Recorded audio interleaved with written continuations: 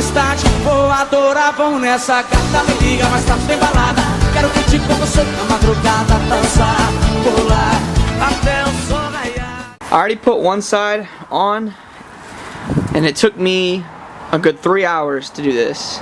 Usually it does not take me that long to put a brake system in the car, but there's no instructions. And there's no video out there that shows you how to install this, so I had to figure it out by myself. But I figured it out. The brakes are bled, everything's all good to go. Brakes are on, etc. So, I'm gonna be going over everything you need, and let's get to it. Alright.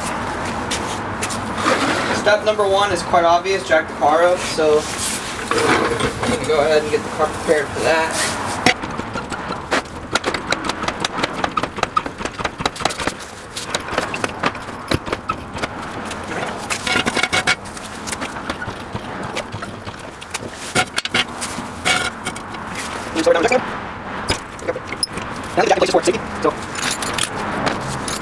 Obviously, you're supposed to break them free when the car is on the ground, but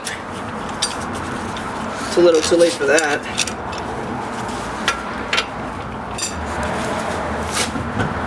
Off comes the wheel.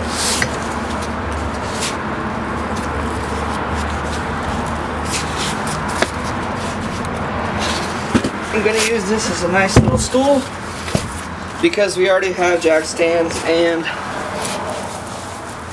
a jack holding majority of that assembly up. So what I'd like to do, tap out these pesky rotor screws. If you don't know what these are, what Honda does is they have little screws that go into the rotor here. I'll show you guys on my phone, but basically you need a tool like this. This is called an impact drive. You put it on the screw, you take a giant hammer like this, you smack the end of the impact driver and it should come loose. So, alright, so got some bad news. This is what a screw looks like when you strip it. Now mind you, this happened completely by accident. Thanks, Honda. Using a chisel and a little tip here, with a little bit of help, I was able to get that out. Why Honda has it so tight, I don't know. But there's a reason for everything. I'm not going to sit here and complain about that. Now that we have one of that portion done, I'm going to turn the wheel this way. I'm going to take off the caliper bolts, take off the caliper, take off the rotor, and then go from there. So let's do it. Those screws do come out with the impact drive. Treated me so well on the other side. I don't know why it treated me like crap on this side, but regardless, you're gonna need a 17 to get the caliper bolts off. So, I mean, I'm pretty sure most of you car guys know what caliper bolts are and where they're generally located, so I don't really have to get into that. There we go. Quick tip before we get started. It's always a good idea to spray a little bit of WD-40 on the brake line and let that soak while you're getting the rest of this other stuff off. So just a helpful little tip. Now that we got that tip out of the way, I'm gonna go ahead and take off the caliper. So, oops, I'm tightening it.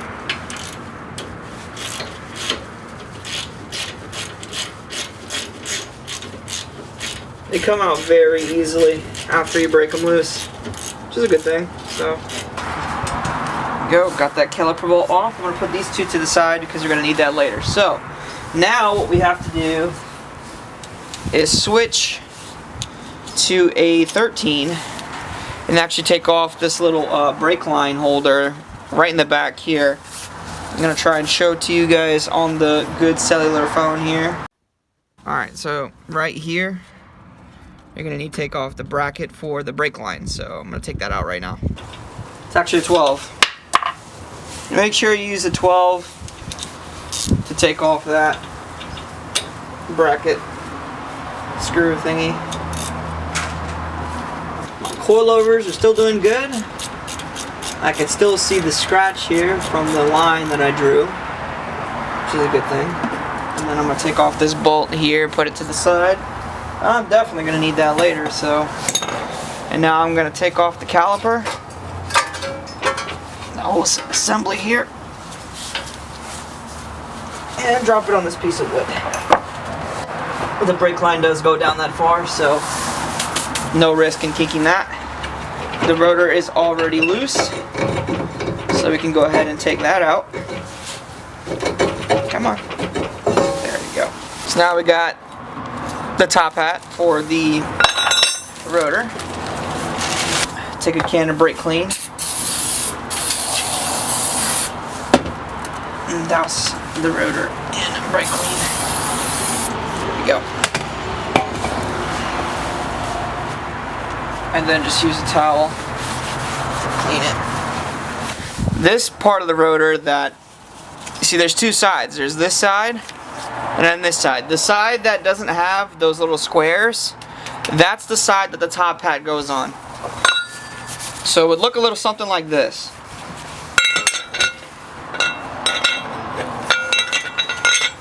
Just like that. So we're gonna put, what you want to do is take the hardware that Wilwood that gave you. They look like this. They're like little Torx bolts. I'm going to show you guys that right now. I'll take out two of them because I'm only really going to need two. So these two buddies. And then what you're going to want to do is turn the rotor and top hat upside down and then put in two screws on them. Okay. Don't worry, this is all going to come together and it's all going to make sense. So now I don't put them down all the way because it's kind of like a marker. Like I said, I'm going to explain to you guys, this will all come together here shortly. So it's going to look a little something like this. It's going to be a little loose. It's not a problem. Now what you're going to want to do is put it on backwards on the rotor. Like I said, I know this doesn't make sense right now, but it'll make sense later. And then you're going to take your lug nuts and then you're going to put them on and screw them down all the way to the top hat. Like so. What you're going to want to do next is turn the wheel straight. So I'm going to go ahead and do that right now. So after you turn the wheel straight, you're going to come over, set your torque wrench to 25 foot-pounds, and you're also going to need medium strength thread locker. Okay? This is actually very important. Very, very, very important. And then you're going to need a, I believe it's a T40. The Torx, T40 Torx. I'm going to go ahead and take this off. You're going to take your screw, your Torx screw here. You're going to add some thread locker to it. There it is. You can see the little blue dots right there. Okay. Put the thread locker paste to the side.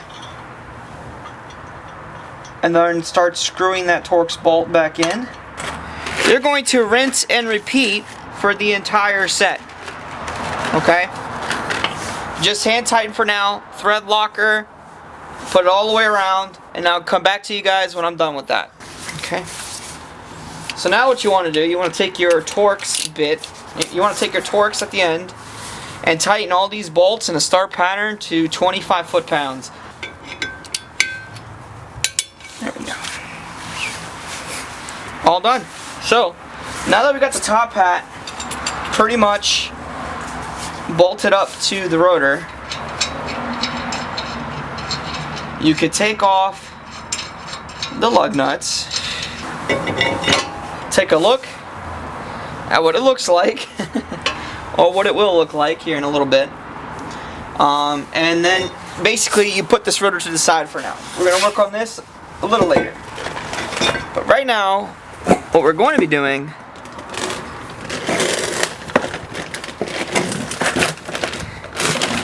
is putting on the bracket for the kit. So let's go ahead and do that. So the lettering here, you're going to see some lettering. The lettering is the side that goes towards you. So basically it ends up looking a little bit something like this. So for the caliper bracket, you're gonna see these bolts that have like little spacers and washers on them. Those go in order like bolt, washer, and then spacer. And the reason why that is because these bolts are actually smaller than the hole in here.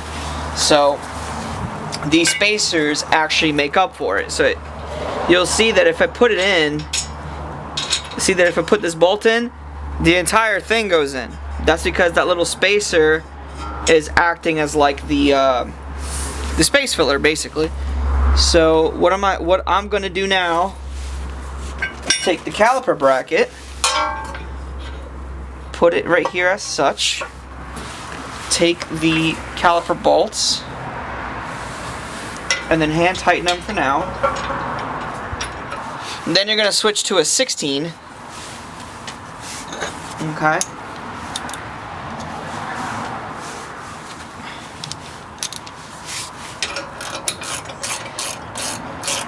Oh, whoops, I'm loosening it.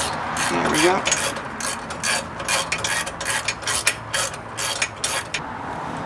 And then the factory specs is 80 foot-pounds on these.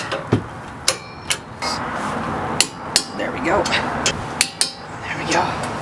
Take the rotor, put it on. Okay. Now, if you want to use screws, these screws right here, to align the rotor back in place, you can. I mean, I'm not going to, because my screws are completely stripped, so I'm going to just hold them with 2 lug nuts the old-fashioned way, because Honda doesn't know how to engineer their things correctly sometimes. So just gonna hold it with 2 lug nuts. Should be more than enough to keep the rotor kind of still and in position to get ready to put the caliper on. I accidentally dropped the damn thing. Alright, so your caliper should look a little something like this. Okay, these are Wilwood 4-piston. Now they have this little pin right here. Okay, generally what you do with said pin is you bend it. What I'm going to do is I'm going to take a rubber mallet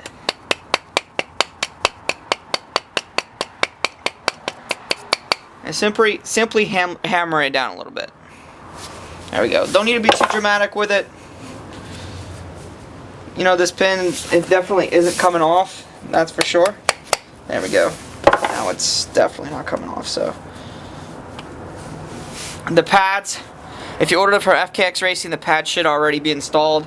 Keeps it really simple. Shout out to Andy for hooking it up once again. You take this little sticker on the back, you peel it off, and then you take an 11-inch little wrench. I mean, this is the only thing I have that's 11-inch. So what we're basically going to do is just guide it in the caliper.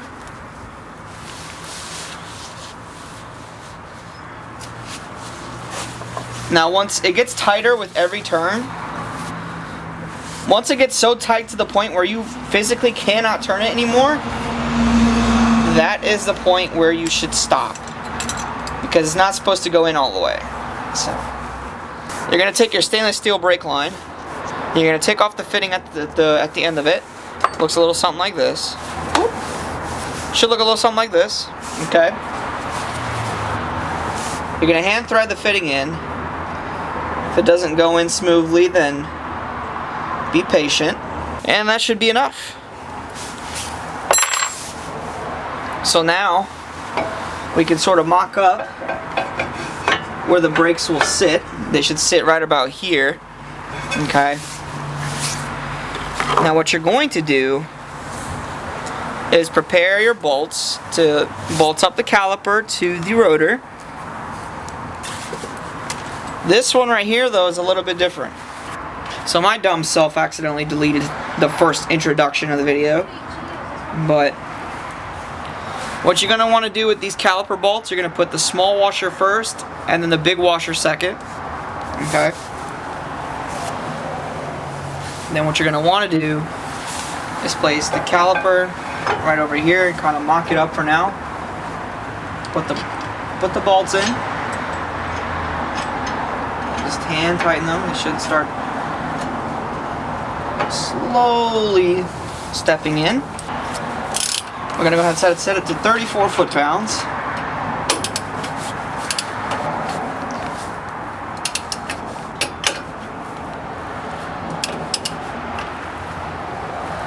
There we go.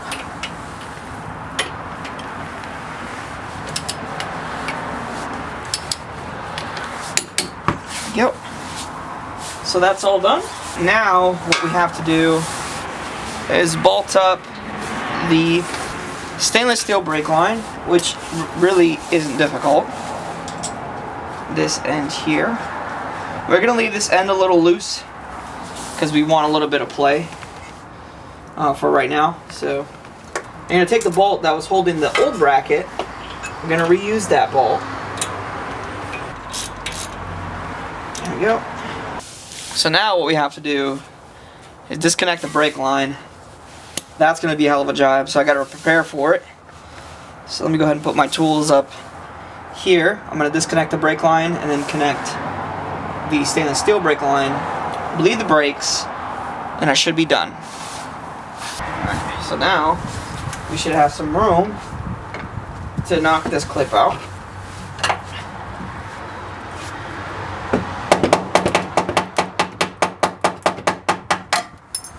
There it is.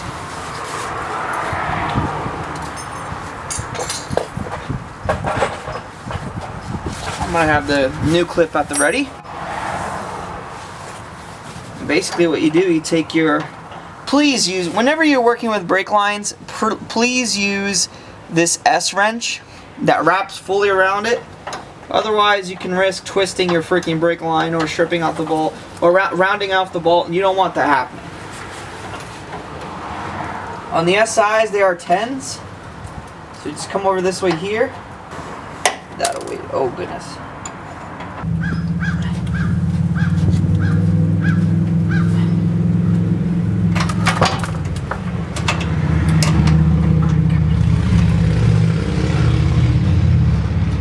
Alright, now that we have that hand tightened, I'm not gonna waste any time. And then you tighten the line that goes to the caliper so you don't have fluid leaking out of the caliper.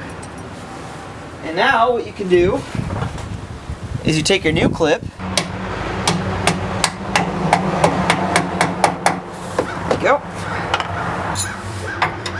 grab a 17 at the bottom, and then a 10 at the top, and that's it. Alright, so basically, this is all tightened up, this is all tidied up. Remember I told you guys, whenever you guys let go of that brake line and connect it, come over here and tighten this. Otherwise, you're going to be having a really hard time getting this line in order. So I'm going to go ahead and tuck everything, make sure everything is nice and tucked away. And then whenever I get some help, I'm going to bleed the brakes.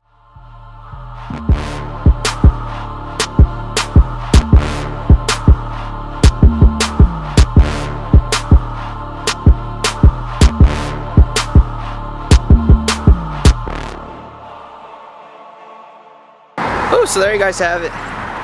I finally did it. I had to work out some kinks. There was something wrong with the brake lines. I was pissing brake fluid everywhere, but that's fixed, hopefully. Only time will tell with that, but yeah, there you guys go. 4-pot Wilwoods on Clementine. I'm excited, finally got this done. So for those of you who are interested in this kit, I'm going to leave a link down below. You guys can check FKX Racing out. They got 6-pot braking systems, they got 4-pot braking systems, all by Wilwood. And honestly, the 6-pot is not that much bigger than this one. So, it's not that much bigger. If you guys are interested in 6-pot brakes, and if you guys want to dish out the money for it, by all means, go for it. But, there you guys have it, guys. Hopefully you guys enjoyed. Follow me on Instagram and on Twitter. That's down in the description below. This has been your boy, God Miliga, and I'm out. Peace.